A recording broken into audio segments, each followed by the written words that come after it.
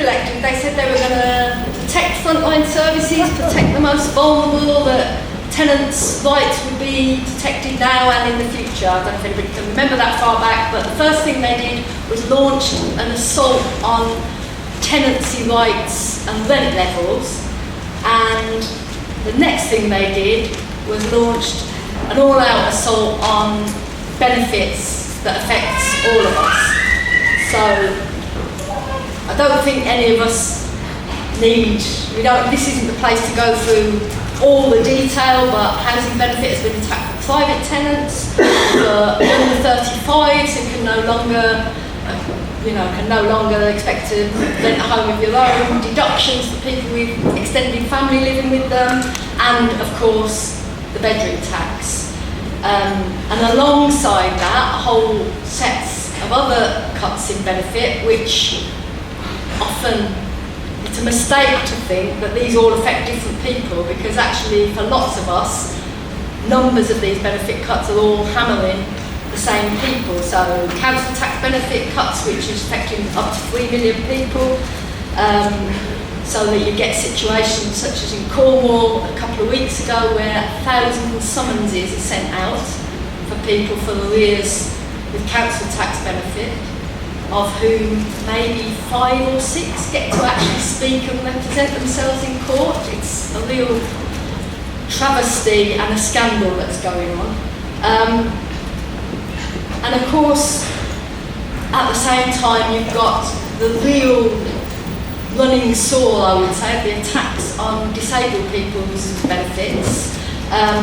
In a sense, disabled people were the front line, and actually I'll come back to that, but I think they've taught us quite a lot in terms of how to resist and how to fight what the government are doing. But also the attacks on people who are unemployed, sanctions, workfare, the work programme, so that really, cumulatively the figures are being calculated that the 21% of people in Britain who have the least, who earn the least or are the poorest, are being cumulatively affected by bearing 39% of all the austerity cuts. And to me, those figures tell you almost all that you need to know. We, as Defend Council Housing, who have a tradition of fighting against the privatisation of council housing, at the beginning of this year we got together with Disabled People Against the Cuts, Right to Work and various tenants groups and other campaigns to say we need to join this together. Well, none of us can beat this on our own.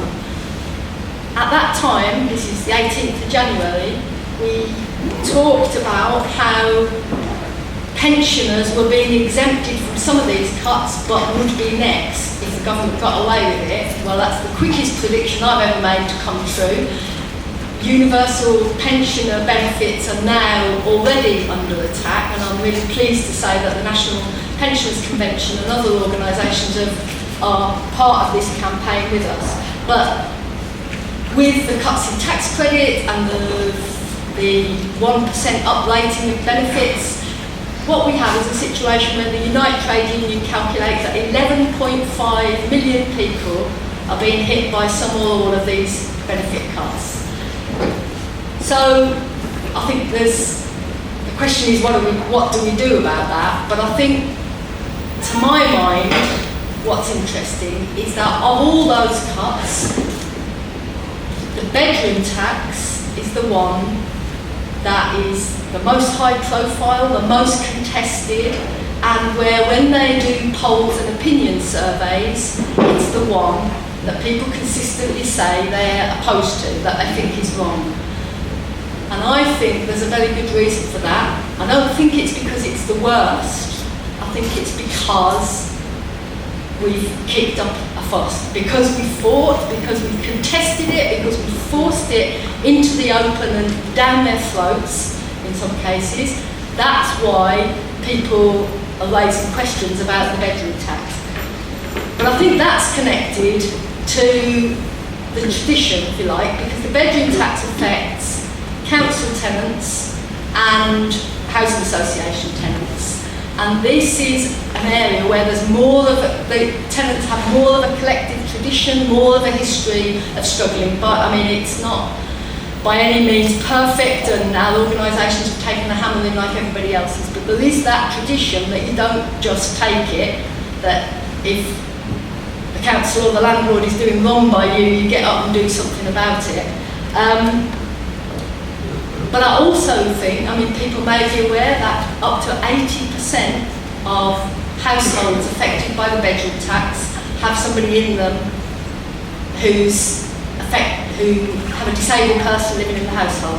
So the fight that disabled people and DPAC had already started to put up about what's happening to benefits had taught us something, and if you like, got some of us up on our feet anyway, to fight. But I think it's important to remember this, because every right that council tenants have, we have had to fight for. The Tory Housing Finance Act, which people thought could never be stopped in a previous incarnation of Tory governments, was fought tooth and nail, including tenants on rent strike, marches of 1,000 up the high street to Camden, and trade unions bringing members out to fight it. Actually, the right, a secure tenancy right, which council tenants have, which, like Home for Life, was won because of a big campaign in the late 70s, which put the fear of God up Labour, who put the right to a secure tenancy in their manifesto, lost the election, but such was the pressure that Margaret Thatcher had to implement a secure tenancy for council tenants in 1980. So don't tell us this can't be done.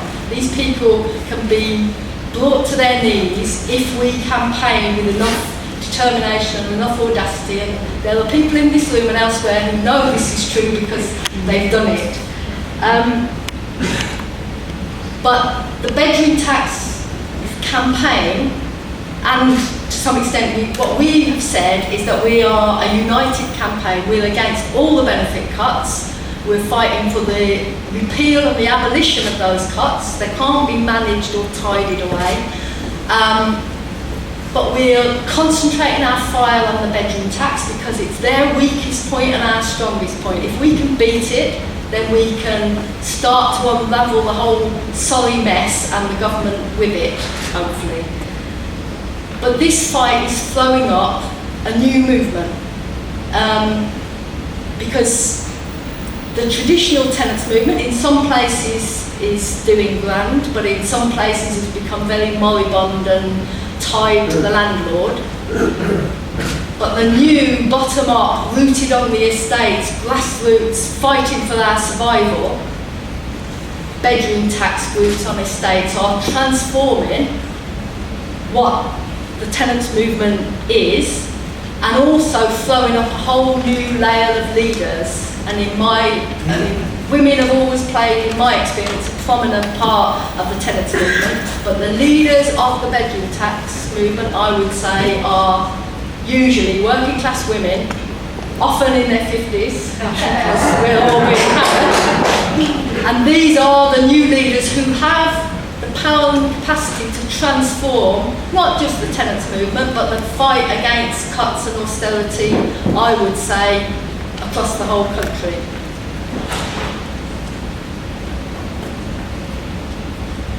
And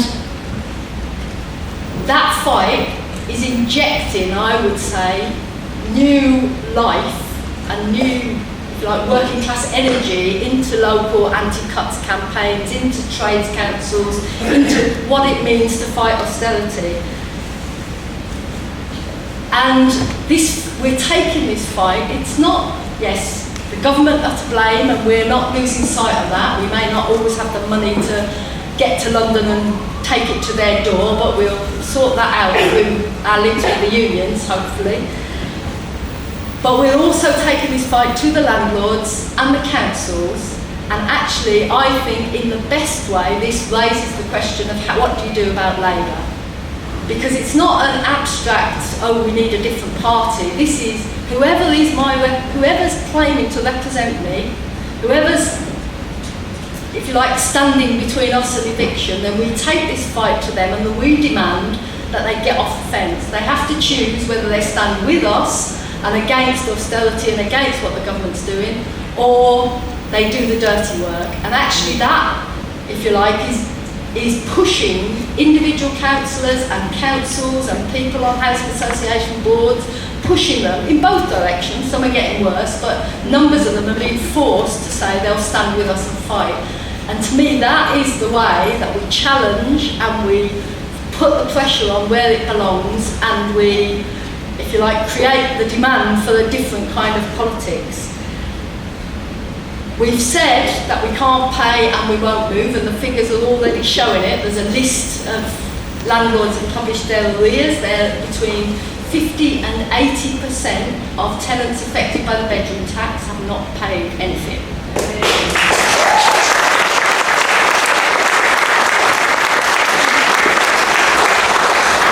We won't move. I mean, unfortunately, some people have moved. There's real heartbreaking stories of people moving out of secure tenancies into one-bedroom private rented, where the rent can be double, but it's all covered by housing benefit, at least for the moment. But that person can never get a job, can they? Because once you've got crippling rent like that, you're stuck. So we're saying we won't move. People shouldn't move unless they want to.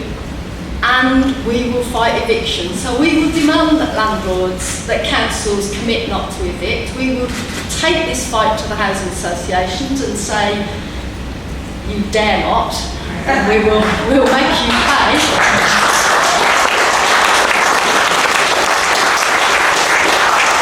But at the same time, we're not fools. We need to build the movement that will stop those evictions if they come for us. And that's what we're doing. We're doing all those things at the same time. So I think broadly we're saying we need to build that mass movement rooted on the estates and in the communities. The trade unions have a key part to play in this, both as, you know, numbers of trade unionists are also tenants and are also our neighbours and part of this fight, but also the trade unions who are working for councils and working in the job centres. We need to build the pressure and the confidence of those workers that there is a mass movement. We're not asking them to fix this for us. We're saying we will fight it, you fight with us. And I think that is the way that we give people the confidence to say they won't touch evictions. They will stand with us against what the government's doing to benefits. And of course, the politicians as well have a part to play in this, but I think that, if you like, the tenants' tradition is not that we go and ask our councillors politely. We tell them, we demand, we insist that if they're going to represent us, they'll either pay the price if they don't, or they'll get with us and get with what the movement that we're trying to build. Because this is a fight for everybody. This is not just about individuals who are affected by benefit cuts. This is whole communities and whole working class traditions that the Tories are attempting to rip up. And we know it's part of an assault on the whole welfare state. But this is a fight that we can win. So we need to beat the bedroom tax, start to unravel what they're doing to benefits, and that, it seems to me, is the way to ensure that the next set of politicians who are representing you locally or nationally have no choice but to cut rents instead of benefits and build the council housing that we need and abolish the bedroom tax. Then Miliband may not want to say it, but we will make a situation where he has no choice. That's the job, and we've done it before and we'll do it again. And that, I'd say, is the way that we can beat the government and create the basis of a completely different kind of politics.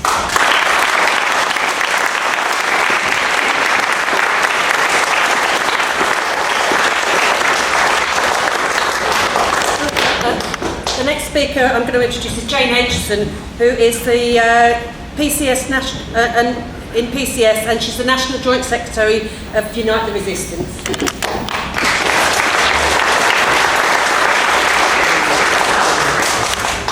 Well, good evening, brothers and sisters, can I begin by asking you, don't worry, I'm not going to ask you to put your hands up, but did any of you see this week the new television programme, We All Pay Your Benefits? Oh yes.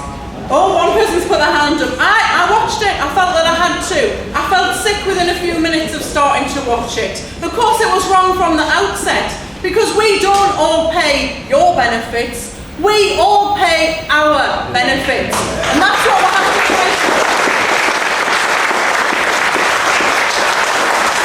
It was apprentice-style, new reality television blood sport, really. I sat and I watched a woman on benefit being told that really she should think twice about buying a £4 Asda value chicken to feed her family. That's how far we've gone. That's how hard we need to fight to get things back to how this should be. What's it all about? What is this attack on welfare all about? We're told it's about saving money. Well, brothers and sisters, it's about as much to do with saving money as the bedroom tax is to do with a shortage of bedrooms. Nothing to do with it at all. What's the truth? Well, that's a good question as well, because a survey showed this week that the British public are wrong, apparently, about nearly everything, especially when it comes to benefits. That's not because we're daft, it's because we are drip-fed a constant barrage of stories and lies and twisted statistics by the right-wing media and the right-wing politicians.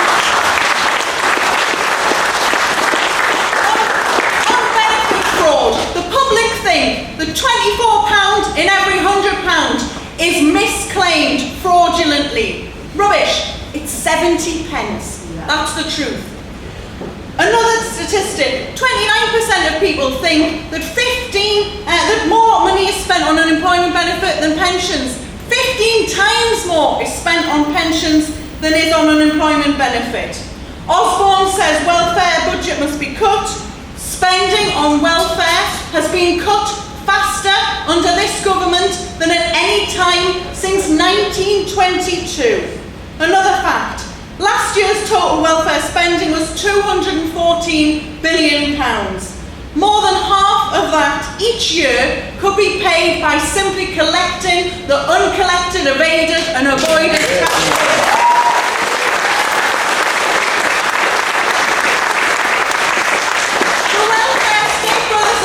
Provides us with a safety net, below which no one can fall, or that's how it's meant to work. It provides a minimum living standard and it removes the fear from us, the fear of destitution. The minimum wage is generally a little bit above that. Smashing the welfare state has enabled this government to drive down all of our wages to hitherto unimaginable levels of exploitation. Now, when the Tories took power, they actually had in their manifesto not half of the shit that we're experiencing today, but they did have in their manifesto workfare. Although I think most of us didn't imagine that they could really get people to work for nothing. But they have. They have. Boy, they have.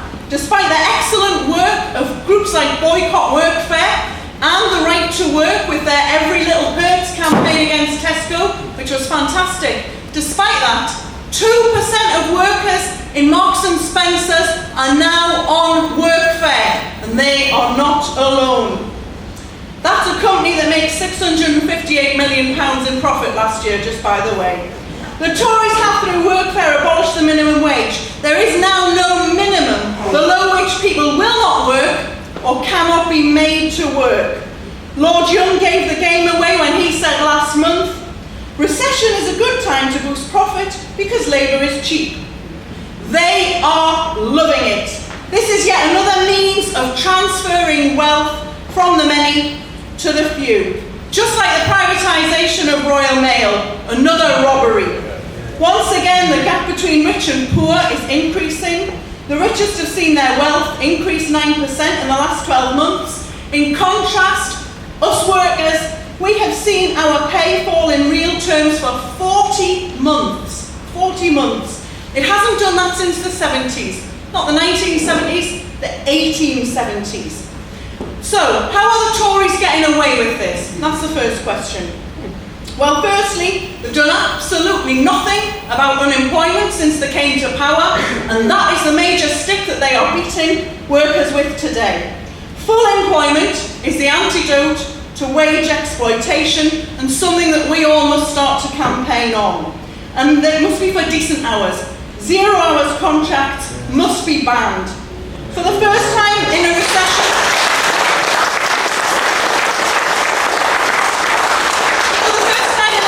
brothers and sisters, sympathy for the unemployed has not risen as unemployment has risen. In the 1930s, it was absolutely shameful to be seen to be greedy when other people had nothing. In the 1980s, correctly, unemployed people were not blamed for unemployment, politicians were blamed for unemployment. Now, Osborne's bile about the neighbour with the curtains closed while you work, coupled with Liam Burns' calls for a tough welfare system to tackle rising unemployment, that has acted like a pincer movement on the unemployed and on workers too. The government have introduced over 80 changes in the benefit system. I'm not going to list them all for you, but I can assure you none of them are good. And over the next 2 years they plan to do many more. Last week we saw people queuing in Manchester outside of the courts because they were in arrears with their council tax payments and they were being summoned. Described by the Daily Mirror as the poll tax Mark II. Only the massive difference there was that many people don't even know that claimants now have to pay some council tax out of their already meagre benefit money. And another hidden attack. Sickness and disability benefits, as Eileen's already told us, have been absolutely slashed. The disabled are being forced to look for work while Remploy factories have now all been shut. Why have they all been shut? I'll tell you why. Because the jobs that they provided in the Remploy factories were too good for this government. They set the bar too high, and that's why the government closed those factories. A survey has shown that increasingly benefit claimants are seen as other, as not being fully human, a terribly, terribly dangerous phenomenon. Benefit claimants are now the new immigrants, every politician's favourite scapegoat. Food banks are providing a veneer of decency for what is going on, while the safety net is being ripped away. People can kid themselves that no one can starve because at least there's a food bank there. Lord Freud has even portrayed food bank users as being greedy, just being after free food. One of the sickest things that I've read. Just like Oliver Twist was greedy for asking more. Very, very similar. A completely sick suggestion. The three main reasons why people use food banks in reality are: one, their benefits have been delayed because we're so short of staff. Two, their benefits have been stopped, sanctioned now. The minimum sanction now for anything, any small misdemeanour, not applying for enough jobs, not applying for enough jobs this week, whatever it is, being 10 minutes late for an interview, whatever, is a month without benefit now. Or they've spent their money servicing debt, usually loan sharks, usually high street loan sharks. This government has got very, very close links with payday lenders, and their policies are playing right into the hands of payday lenders. Don't get yourselves exercised about the fact that your favourite football team is now sponsored by Wonga.com, because we have now got a government that is sponsored by Wonga.com.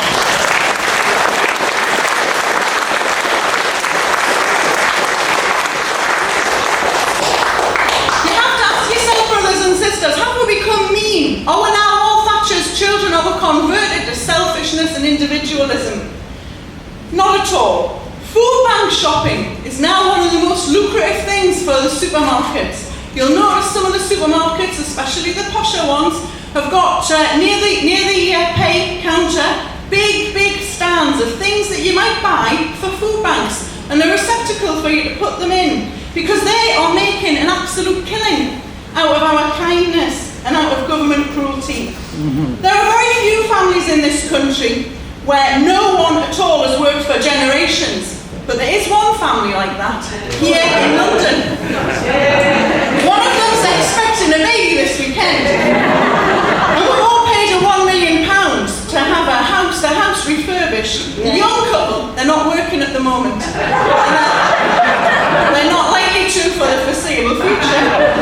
They've been showered with gifts, including a jewel-encrusted Sudocrem jar and a crystal-encrusted bath.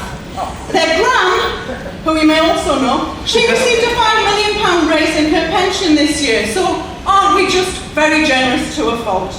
But at the same time, brothers and sisters, 1 in 6 UK kids is born into poverty. And last winter, over 20,000 of our pensioners died of the cold because they were frightened to put their heating on because of the bills. 1 in 3 of our kids now feel suicidal by the time they've reached 16. And their number one aspiration is not to be a pop star, it's to get a job. It's desperately sad, and people care desperately, but they feel powerless to bring about the changes that we need to see in our society. But brothers and sisters, we aren't powerless at all. There's much more that we could do, and I'm going to start off, as I sum up, with my own union, PCS. I represent members who work in benefit centres and job centres. About 5 years ago, while I was the president of the Department of Work and Pensions section of PCS, we invited a trade union over to visit us at our conference called SALT LML. You may have heard of them. It's a small Arab workers' union in Israel. And they, at that time, the Israeli state had contracted to A4A a contract to get Arab workers off benefits. Not into jobs, just to hassle them off benefits. Sound familiar? Well, it didn't to us 5 years ago, but unfortunately, it does to us now. But the difference was that then, SALT LML, this small Arab workers' trade union, exposed what the Israeli government was doing. They campaigned very hard against it, and they had it stopped. And it was a fantastic victory. No mean feat against the Israeli state, I can assure you. Here today, workfare does not improve the chances of one single claimant getting a job. Now that's my opinion, but it's not just my opinion, it's also the opinion of the Parliamentary Select Committee. Yet instead of scrapping it, the government have decided to increase sanctions on people to try and get them to participate.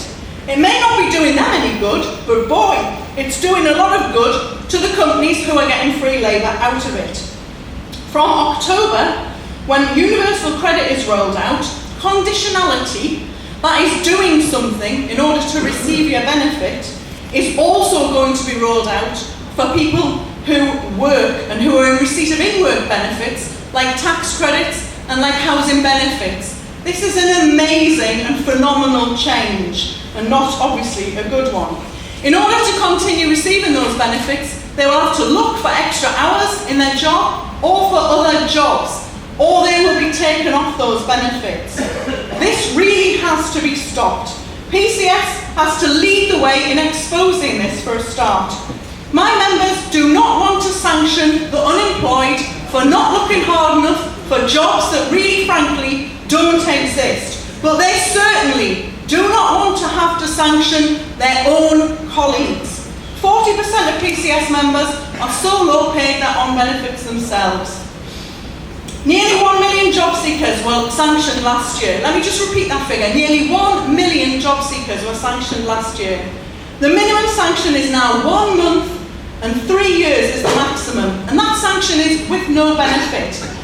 In my view, and in my union's view, destitution, taking your money off you completely, is never an appropriate penalty for anything. PCS members must now be balloted so that they can start refusing to do the government's dirty work. But also, Unison members must be balloted. They voted, now they must be balloted to stop evicting those in arrears with council tax and with federal tax.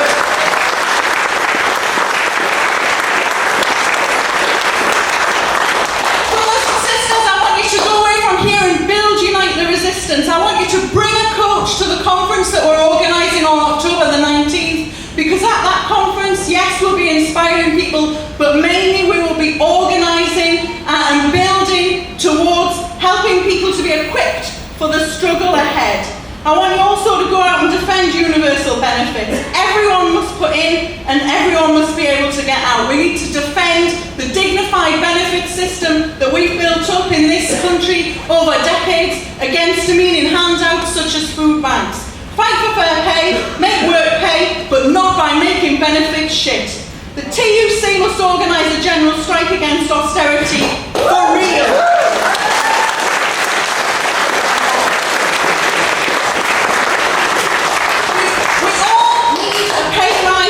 To see food banks and the need for them swept away, and this is the 7th richest country in the world. Thatcher might have snatched our milk and destroyed our industry and many of our good jobs, but Cameron is stealing our benefit system and robbing us of our fair pay. And brothers and sisters, Miliband is letting him. But it wasn't Labour or the unions that brought down Thatcher last time, it was us. Collective struggle toppled her, and we can do it again. You know, I'm just going to finish on this last point. When Thatcher died, I was thrilled. When Ding Dong the Witch is dead, gained in popularity. Not least because it is one of my favourite films. Absolutely love The Wizard of Oz. And at that time, there was a cartoon doing the rounds, and it was great. It had Dorothy, and she was on the yellow brick road, and she was with Toto, of course, and she saw the Scarecrow and the Tin Man and the Lion, and she says, turns to Toto and she says, no heart, no brain, no courage. Oh my God, Toto, they're Tories! And the ones certainly are. We've identified them, and actually, they're a lot worse. But one of my favourite parts of The Wizard of Oz is toward the end, when Glinda says to Dorothy, you always had the power, my dear. You just have to learn it for yourself. We have the power, learn it, use it, together we can win.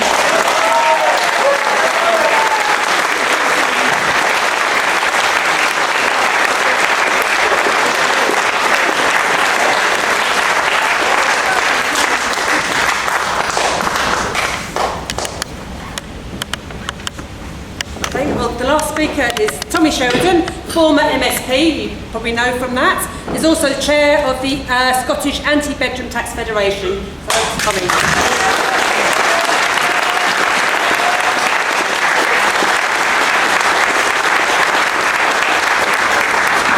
Thanks very much, comrades, brothers and friends. It's quite appropriate that I'm here in London at this date to address the 75th meeting I've spoken in relation to the bedroom tax since the beginning of February, and it's quite appropriate that we have a date that's almost exactly coinciding with 155 years ago.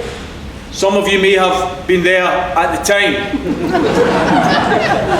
It was when Benjamin Disraeli interrupted the normal business of Parliament on the 15th of July 1858 to introduce emergency legislation for the purification of the River Thames, because in his word, that noble river had become a stygian pool of the unbearable, the unspeakable, and the horrific.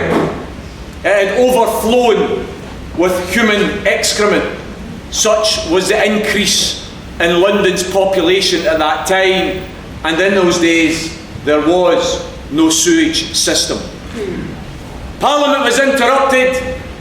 The MPs, as they went around the business, carried handkerchiefs that were specially scented. The Parliament officers were ordered to hang giant lime-soaked sheets on the windows of the chamber to keep the smell from the Thames out of the chamber. Brothers and sisters, 155 years later, Parliament should be interrupted again. Not by a Prime Minister. It should be interrupted by a series of generalised strikes organised by the TUC against austerity, against the attacks on workers, whether they be in employment or whether they be unemployed. And just like 155 years ago, we should order the parliamentary officers to hang those lime-soaked sheets on the windows of the Parliament chamber, not sisters, to keep the smell out. But brothers and sisters, to keep the smell in. The smell. The smell. The smell of corruption. The smell of greed. The smell of hypocrisy from these political space cadets who introduce a bedroom tax when not one of them have a clue what a council house looks like, let alone having to live in a council house. A parliament with a cabinet of 29 members, 23 of them personal millionaires, space cadets like Mr. Lord Freud. You would have never heard of him if it wasn't for the bedroom tax. Sitting in his comfy red bench in a House of Lords, picking up his £1,000 a day just for turning up, coming from his comfortable 12-bedroom mansion in Essex and pontificating to the poor of this country how they should live their lives, telling those who are disabled, relying upon benefits, that they have to move to a smaller property or they have to get a job. Of course, they employ Atos, don't they? They employ Atos as the new Lourdes.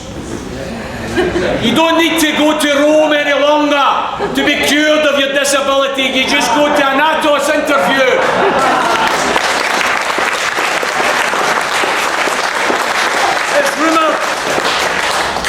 It's rumoured they got one of their examinations terribly wrong only a few months ago when they were called to the Ritz Hotel in London to examine a woman and they passed their fit for work. And this occasion isn't so sad that she died only a few days later. Brothers and sisters, Atos, we should be ashamed of the fact that they receive £1.6 billion public money to try and harass and intimidate and frighten the poor and the disabled, to make them fit for work. Don't they know that when you are in a wheelchair because of multiple sclerosis, you'll be in that same wheelchair the week after and the year after? It doesn't matter what Atos says to you. And yet you've got the disgrace of the boss of Atos. You might have seen it yourself just last week, because we're all in it together, remember. We're all in it together when it comes to austerity. But the boss of Atos, Terry Breton, qualified for a wage increase of £280,000. Some of you would be saying to yourselves, by the way, surely that guy doesn't get paid that. No, he doesn't get paid that. That was his increase. His actual wage, brothers and sisters, is £2,329,000. The director of Atos. How many people know that? Isn't it about time that we highlighted the hypocrisy of these individuals who pontificate to the poor and the disabled, who tell the likes of Amanda and Peter Papworth from Inverness, Amanda who suffers from serious multiple sclerosis, is confined to a wheelchair. Her husband Peter is a full-time carer, gave up his full-time job to become her full-time carer. That's what you do when you love someone. You save the state thousands of pounds, by the way, by giving up your job to become the carer. But in the process of doing that, Inverness Council has sent Amanda and Peter Papworth a bill for increased rent of £90 a month because they have a spare bedroom that Peter sleeps in. Because Amanda's multiple sclerosis is so severe, she has to sleep in a hospital pressurised bed. She She has spasms during the nights in her legs. She gets very little sleep. If Peter was able to share a bedroom, they can't get another bed in it. The bedroom's not big enough. But if he was able to share a bedroom, he wouldn't be able to be a carer, because he wouldn't get any sleep either. That family's been penalised by these swine. Penalised for the crime of being poor and disabled. That's why we should say at a meeting like this, brothers and sisters, that these bastards have went even further than Mrs. Thatcher ever went.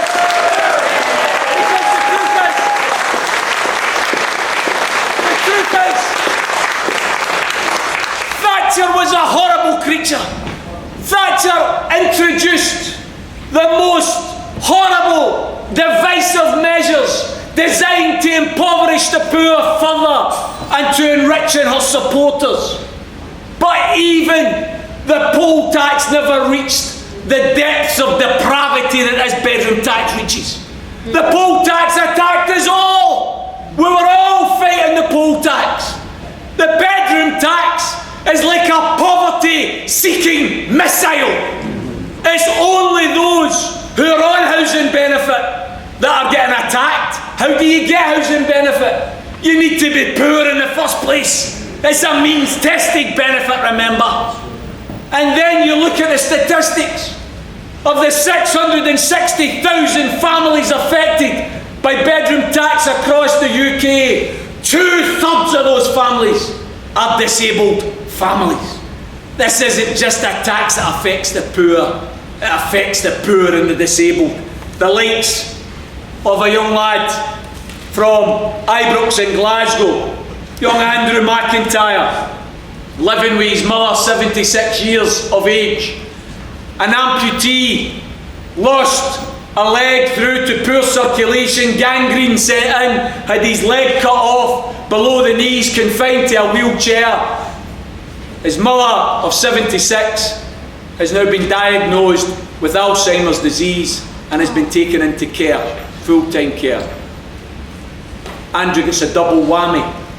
Not only does he lose his mother to Alzheimer's, he gets a letter from the local housing association looking for an extra £50 a month because he's now over-occupied because his mother has been taken into care. Brothers and sisters, I've got to say to you, I'm personally not affected by the bedroom tax, but as I've said at the 75 meetings I've addressed all across England and Scotland, unfortunately I've not been to Wales yet. As I say at each of those meetings, I am not personally affected by the bedroom tax, but I am personally offended by the bedroom tax, and each and every one of us should be personally offended by the bedroom tax. We have a movement that has been built from the grassroots in Scotland. In just about every single community, we now have over 80 different local anti-bedroom tax campaigns that have been organised by people in their communities, determined to fight back, calling public meetings, sometimes 50, sometimes 200 and 300 turning up, establishing anti-bedroom tax campaigns, affiliating to the All Scotland Anti-Bedroom Tax Federation that now boasts affiliation from Glasgow Unison, from Glasgow Trades Council, from Edinburgh Trades Council, from Edinburgh Unison, now boasts affiliation from over 80 of those local groups, and is committed, brothers and sisters, is committed to a motto that was designed on one of the meetings that founded the West of Scotland Federation, when a woman called Fiona Jordan, who'd never been at a political meeting in her life before, a grandmother who is personally affected by the bedroom tax after losing her job 3 years ago, helps raise her grandchildren, so she needs a spare bedroom, as many grandparents do, because they help raise their grandchildren, and so they should.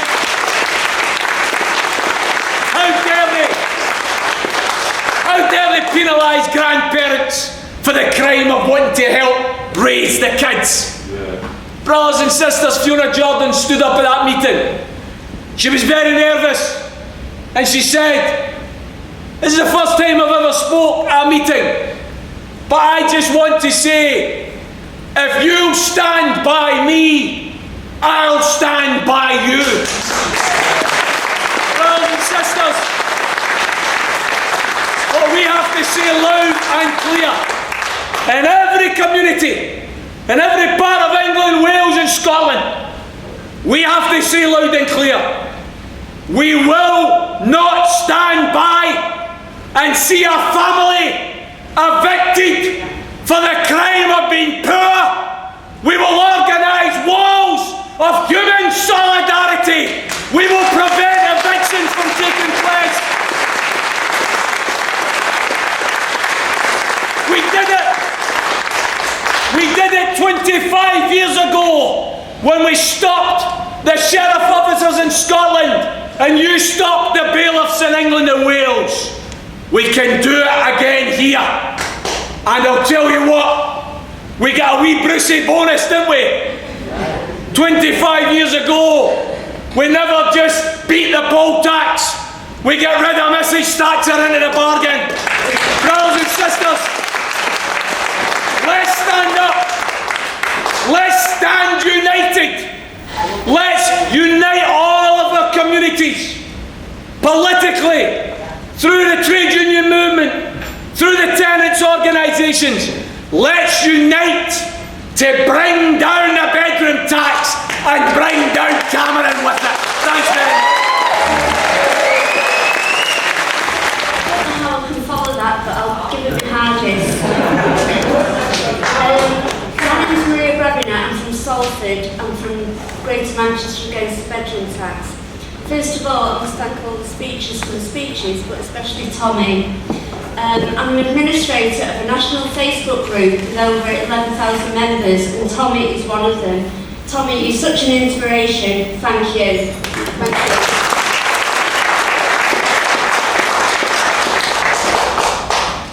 Well, I've been on TV, I've been on Channel 4 News, I've been on The One Show, I've been all over the ITV News, I've been in the newspapers.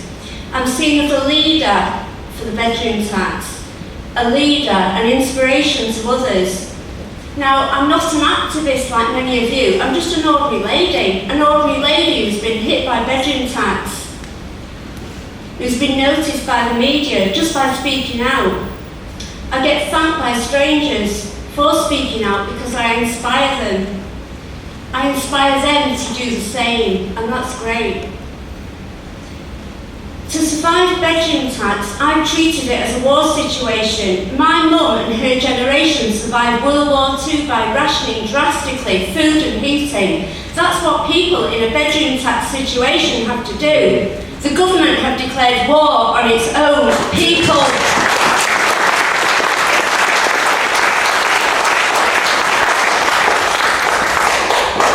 Every day I wake up in the morning hoping to hear 7 magical words from Ed Miliband.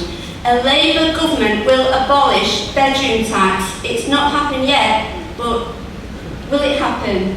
Come on, Ed, wake up, what are you waiting for? Bedroom tax is the most nastiest, evil, vicious legislation ever. It must be abolished. To coin a phrase, the lady's not for turning. Well, this lady's not for turning either in the fight against bedroom tax. Thank you.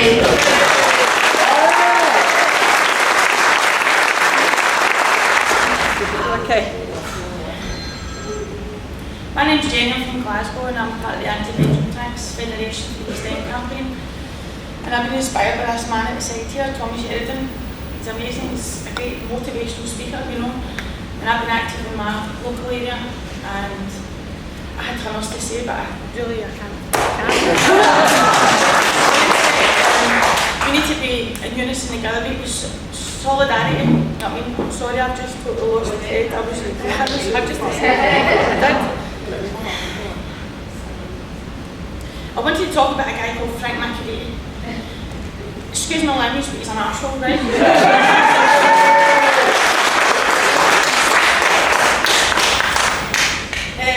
He used to to be an old Labour councillor. He was an MSP for a time, and then he lost his seat because he was shite.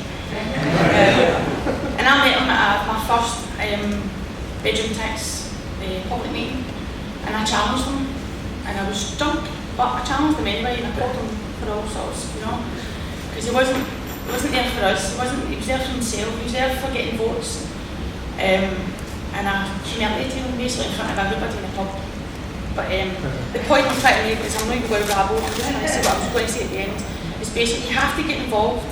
You have to stand up to these lying fuckers. Take no shit off no one and take back your power, because we have the fucking power. Yeah.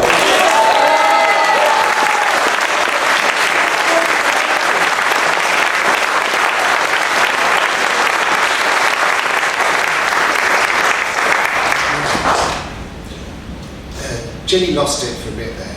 And I'm going to tell you, every day I hear a story about the bedroom tax and I lose it. Every day. My name's Mark Hanson, the coordinator of Greater Manchester against the bedroom tax. And a couple of weeks ago I was at Withington against the bedroom tax, founding meeting, and this woman was there, Pat. And she lives, her kids are left over, she's in a 3-bedroomed house. It's a small place. And she said she was so frightened of being in debt that she sold all her mum's jewellery, all of it. And then she holds this necklace. She says, but I haven't sold this, and he ain't having it. And I'm here to fight the bedroom tax. And now she's on every demonstration, she's on every protest. And I know at least 2 other women who tried to commit suicide one week, and the next week they're out protesting.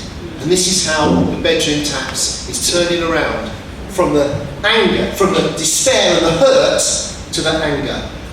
Tommy mentioned 660,000 people and there was half haven't paid. That means 330,000 people are on partial rent strike. If you don't pay the bedroom tax, you're on partial rent strike, and that's how I think we need to see it. Now, we had a while back, just a few weeks, the first case in Greater Manchester. A woman, Ella, a young woman, single parent, full-time student, was taken to court over the bedroom tax. And we had 36 hours and we mobilised and we got people outside and we did press and we did protests and everything, and we won.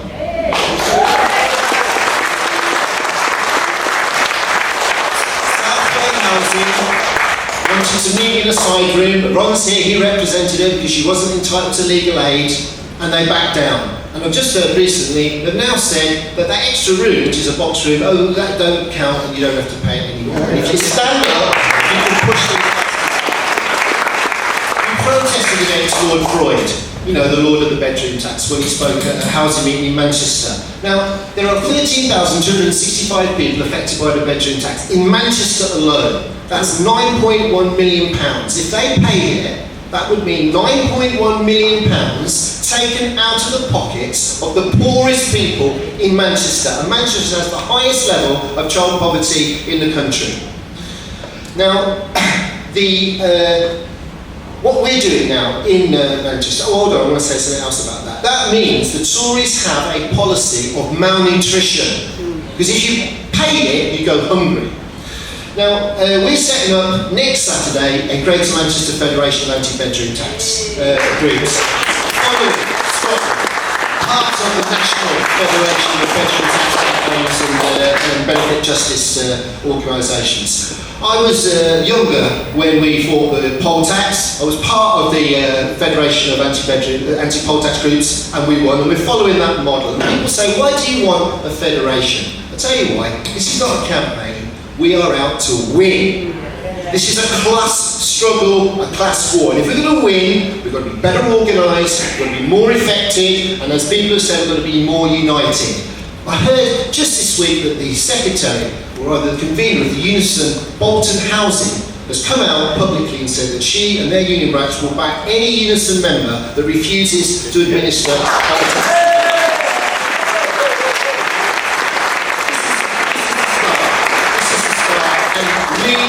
winning the argument, we're building a movement that's going to win, and if we beat the bedroom tax, or rather when we beat the bedroom tax, it will inspire others who are fighting the Tories to fight on other fronts.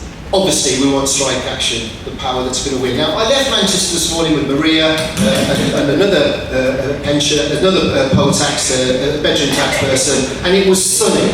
It was sun shining in Manchester today. When you come on the 29th of September, the sun will shine on the righteous and we will piss on the Tories.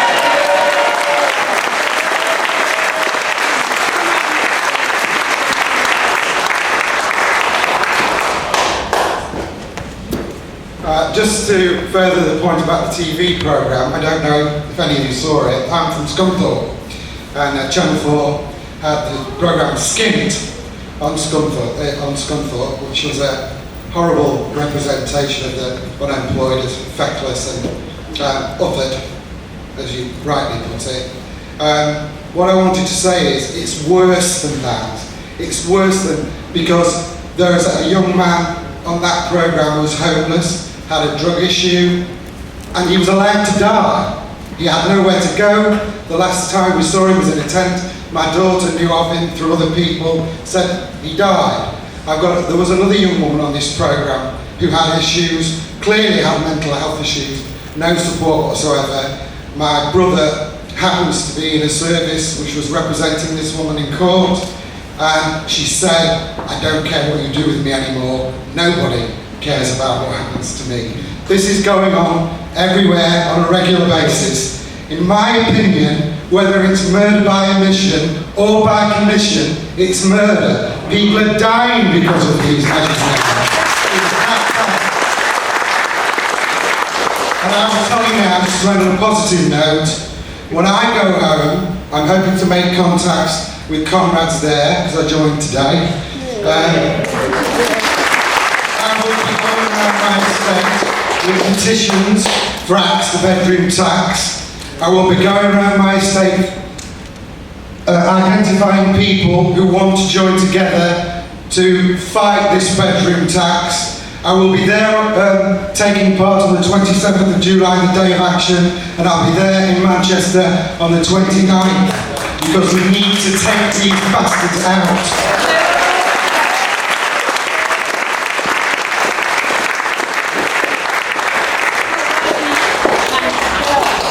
Comrades, come closer, I want to tell you a secret. Come closer. I never paid any poll tax.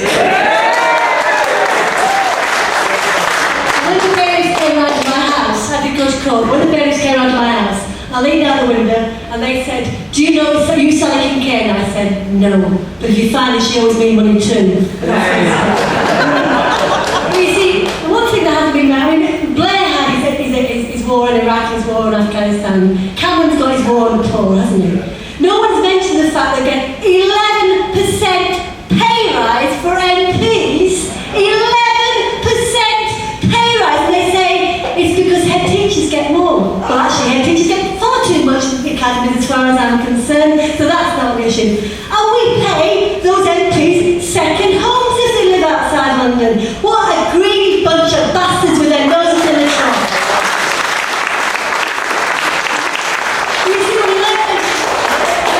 About the unions. I'd like to add another group of trade unions to the pot. I'd actually like to add the teachers' unions. Because I tell you why, when you hear reports of 2/3 of teachers who recently surveyed know kids who come to school with holes in their shoes, when you hear that teachers are buying kids food because they're coming to school malnutrition, when you hear that kids, the only meal they're getting is because it's a free school meal, so what they go to help them during the summer, and then you say, go. It's all the family's fault. It's because they come from chaotic families. Well, I've got a word for you, girl, with my bare hands, and there'll be people lining up behind me to help me out, you bastard. But, we need a little bit.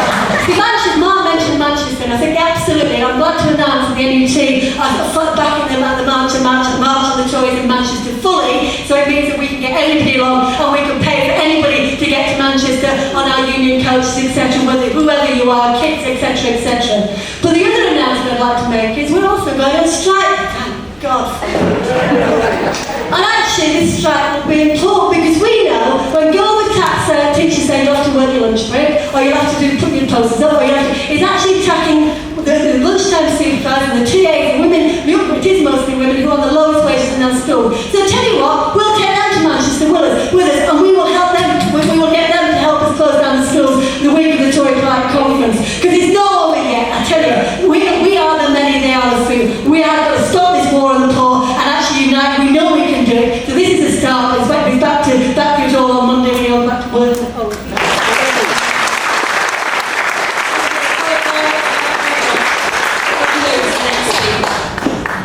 I'm an activist from Glasgow, and I'm one of the people who attended the fabulous event we had to launch the Bedroom Tax Federation in Scotland.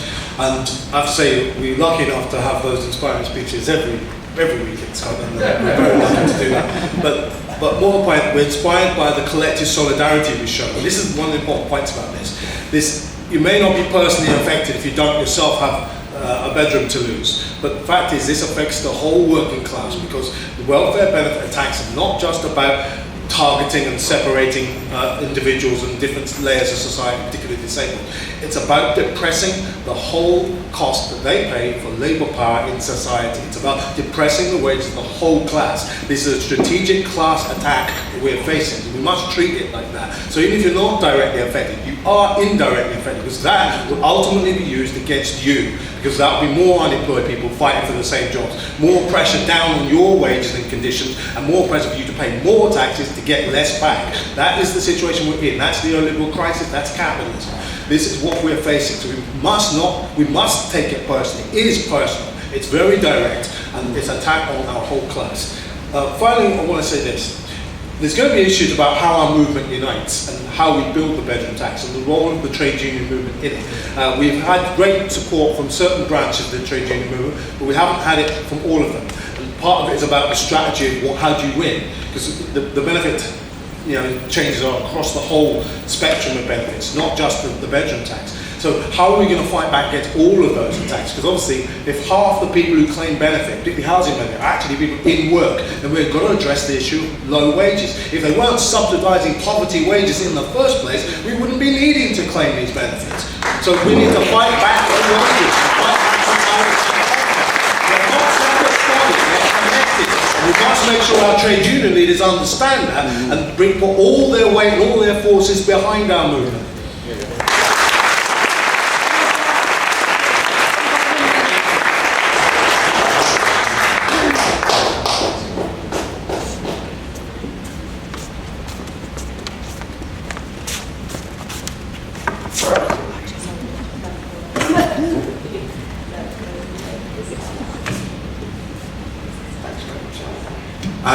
Roger Lewis, Disabled People Against Cuts. First, I'd just like to send a message of support and solidarity to Marxism 2013 and the SWP for putting on this event, and for everyone attending here today, from all the events, from all the organisations and the individuals who are attending here today. I mean, how do you start on top of this? I mean, 3 years ago, this government launched a vicious and rotten attack on disabled people, and disabled people have been fighting back from that time. We were there in Birmingham 3 years ago at Tory Pie Conference when the Tories were elected, and it was clear from the outset that they were going to be out to attack us and lots of other groups. The Tories attacked us without doubt because they thought we were the voiceless. They thought we were a weak target, but they thought we were an easy target. But even then, they had to set out with a programme of vilification in the press and from their own spokespeople, labelling us as scroungers, cheats, and laying the groundwork for what we've seen with the imposition of ATOS and the work capability assessments and the viciousness that that's caused. But what we've shown is that we're not the voiceless. We've shown that not only do we have a voice, but we've got teeth and we fight back. And anyone who knows, last year, people would have seen the events that we did around the Paralympic Games that became our week of ATOS Olympics. And the result of that is that ATOS' name is poison, it's mud. We're fighting back and we're showing that we can fight and win. We're winning the battles, but we haven't won the war.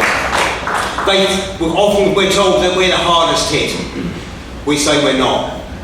We're not a special case, but we're the hardest hitters, and we're fighting back.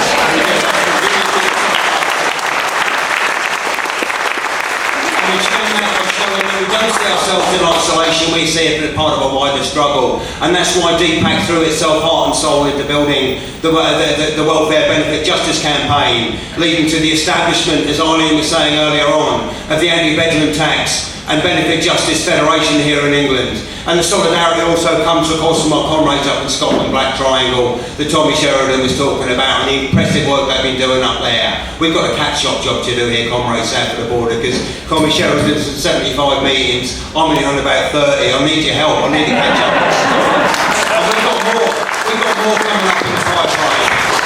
Because the other thing they say is we're a special case, and we're not a special case. We know we're part of a wider ideological attack. They want to divide us in every way they can. That's why they picked on us first, and that's why they'll pick on other groups wherever they can. Whether they're migrant workers, they want to set us apart. They want to set us apart, a non-disabled worker against disabled, British worker against migrant worker, men against women, people on benefits against job centre workers. That's why DPAC has been proud to forge unity with the trade unions and stop the divisions happening. That's why we've been proud to work alongside our comrades in the PCS, not just at national and regional level, but making sure we're out there on the picket lines with PCS workers in the job centres, where the cuts are happening, where disabled people are finding we're being hit hardest, because we will not allow ourselves to be divided, job centre worker against claimant. And that's the message that DPAC brings to this conference here today. It's a simple one: unity, solidarity and action. And we're going to continue to fight that over the course of this summer. And on the 27th of July, we're taking part in a series of direct actions against the bedroom tax. Then we have a week of activity, a DPAC special where we'll be doing our own little thing, leading up to the Tory Party conference where we started 3 years ago. And we want to see you all there. We're going to be doing our best to be at the front of that march. But we want to be in a march where everyone is marching together. That's our message to the campaign here today. Solidarity.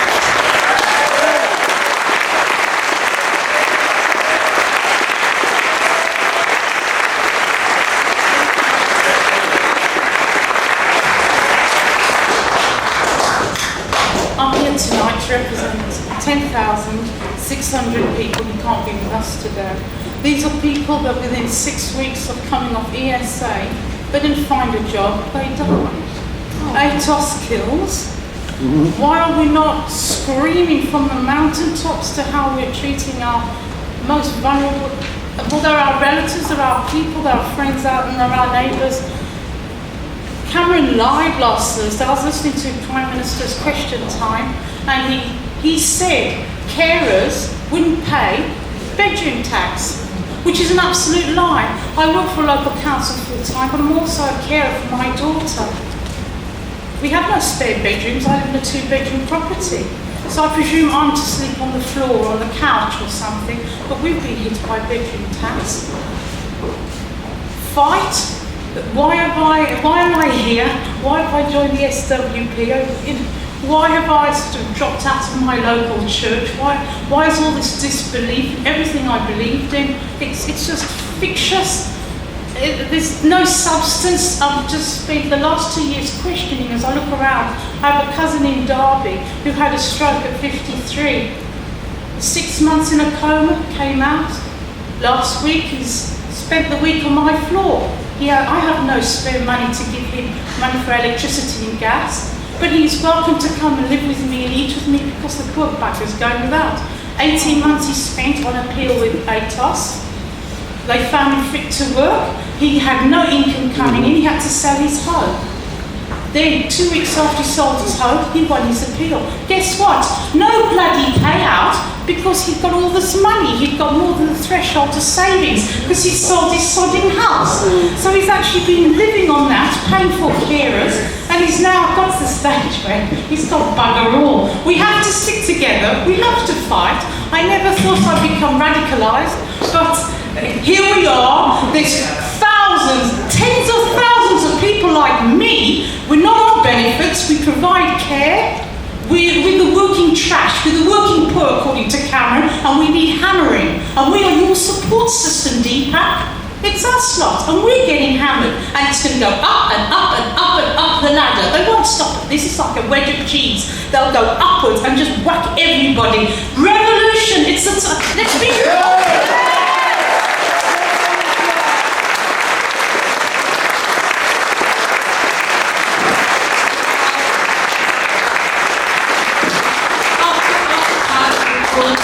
And that's going to be the last speaker. I've got loads and loads and loads of hands. I'm really, really sorry. This could go on all night. It probably will. At Carmody, I'm actually been a Unite member, but also involved in the anti-bedroom tax and benefit justice campaign.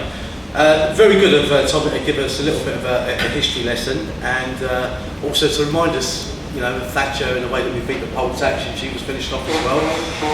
Because it then reminded me of a guy called Terry Barrett. Now Terry was an old docker, an ex-docker, who he was the guy that stood up to those dockers that supported Enoch Powell and said that we're not going to have any racism here, you know, we need to fight together. Terry got back involved in politics through the politics campaign. He used to make the same speech every time because he studied the Peasants' Revolt. He said in 1381, when they had the poll tax the last time round and there was the Peasants' Revolt, he said they chopped off the head of the Lord Chancellor and then chucked it in the River Thames. He said, you can't do that these days with Thatcher because they'll do you for pollution. One of Thatcher's henchmen was a guy called Norman Tebbit. On your mic, Tebbit, yeah? Well, Terry was a very heavy drinker and he promised to donate his liver to Norman Tebbit. And Tebbit was called the Chingford Skinny. Now we've got the Chingford Liar. Ian Duncan Smith. Does the man... Got the accent right. Anyway, Ian Duncan... Sorry, mate. I do apologise for Scottish accent. Anyway, Ian Duncan Smith, is it possible for the man to open his mouth without kind of lying? I mean, the Three Generations thing, right? Where did he get that from? Because he completely made it up. I think it's because he watches Shameless, right? But even Frank Gallagher got a job. Even Frank Gallagher. This is absolutely... See, the thing is, right, I'm really, really optimistic because it has got the whiff, hasn't it, of the last days of the Tories, the last days of Thatcher, right? And it's building up. And people are getting a sense of, like that last speaker there, getting a sense, actually, you take these bastards, they're divided. They're split from arsehole to breakfast time. You can, do you know what I mean? I tell you what really works. See, do you remember poor old Stephanie Botcham that took her own life recently? Burnt the grandmother from Solihull. It's so sad and unnecessary because you know this, that if, from day one, if Miliband had said, do you know what, we're going to abolish the bedroom tax, and by the way, we're instructing every single Labour council not to evict anyone for arrears, Stephanie will still be with us, a whole loads of people will be stressed. We need to create that pressure, we can. We stop the poll tax, actually there's a building movement. I'll tell you what, they could have another Turkey on their hands. They could have another Brazil on their hands. I'll tell you what, say it quietly, another Egypt on their hands. That's what we've got to do. Every single state we need to build on, but also we need to involve the unions. Because I tell you what, PCS workers, council workers, you've got a strength to stop it. Stop sending out, we're not going to send out more threatening letters, no more eviction letters. We're not going to sanction anyone. They're fucked then.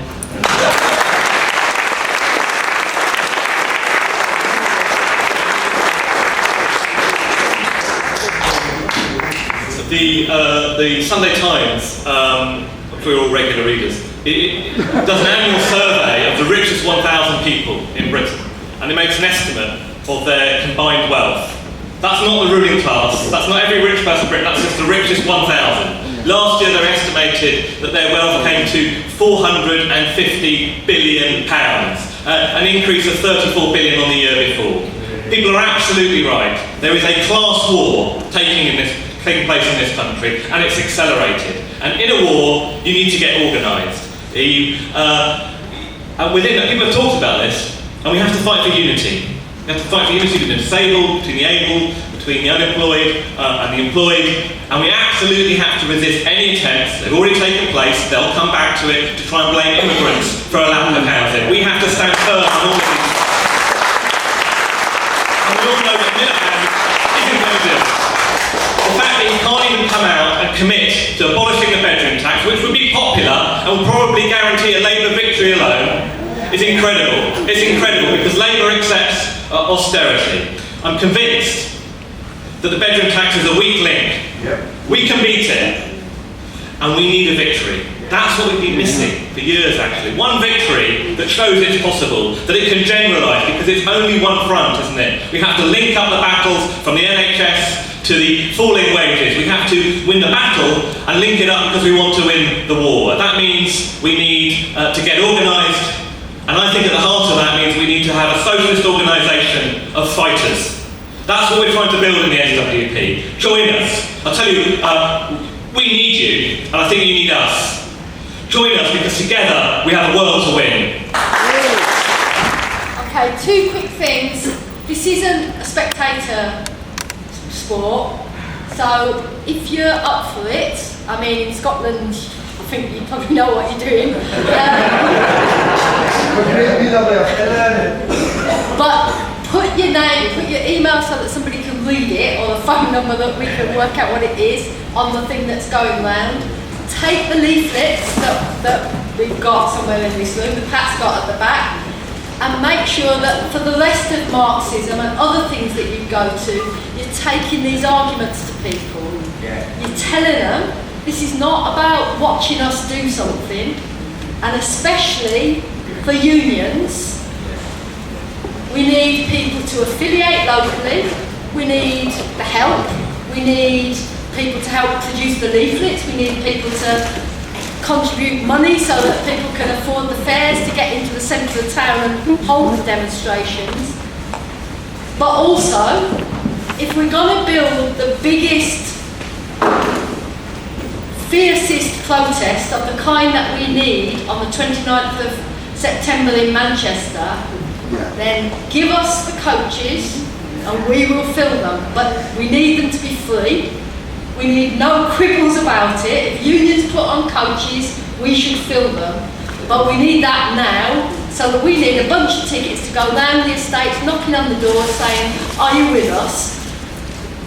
But we need, this is the kind of level of organisation we need to get to now, because the only final thing I want to say is let's not kid ourselves.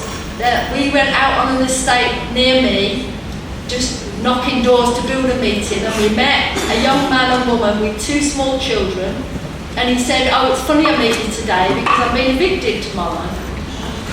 Now he's a private tenant, renting a council flat for 5 times the money that it should be because somebody had done right to buy on it, the same old story. And the council had said, this is in the middle of London, and the council had said the only place you'll get a home is Northampton, and that's, I don't know, 80 or 100 miles away. Anyway, we fought and made sure that that family got to stay in London. But this is a fight that's got, what we need to do is win and give people the confidence to say, even if you're a private tenant of a rat bag landlord, you can stand and fight and stand with us, and we know how to win. And that's the movement that we've all got to build. It's no good waiting for somebody else to do it. So take the leaflets, leave us your details, and let's do it.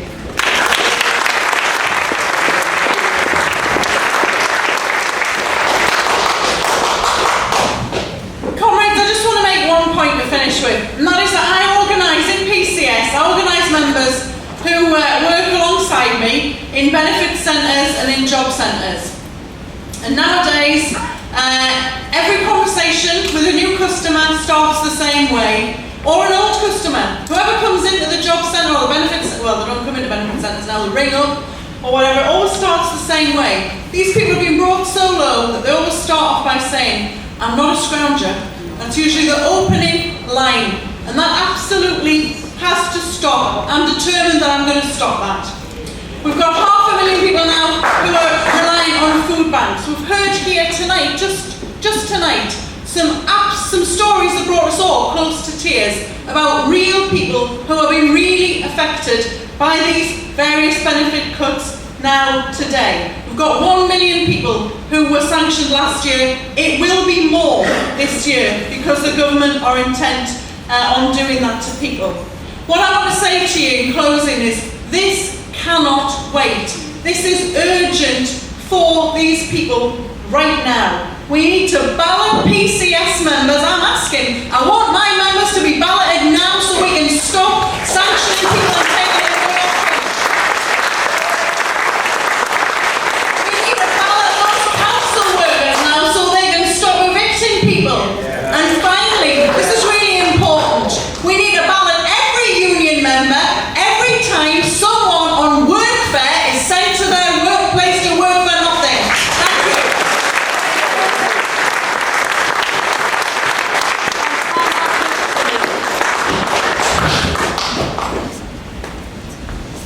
Thomas, it's been a fantastic discussion. I think the energy and the anger that's in the room has to be taken out of here and back to your communities, back to your trade union branches, back to the political organisations that you're trying to build.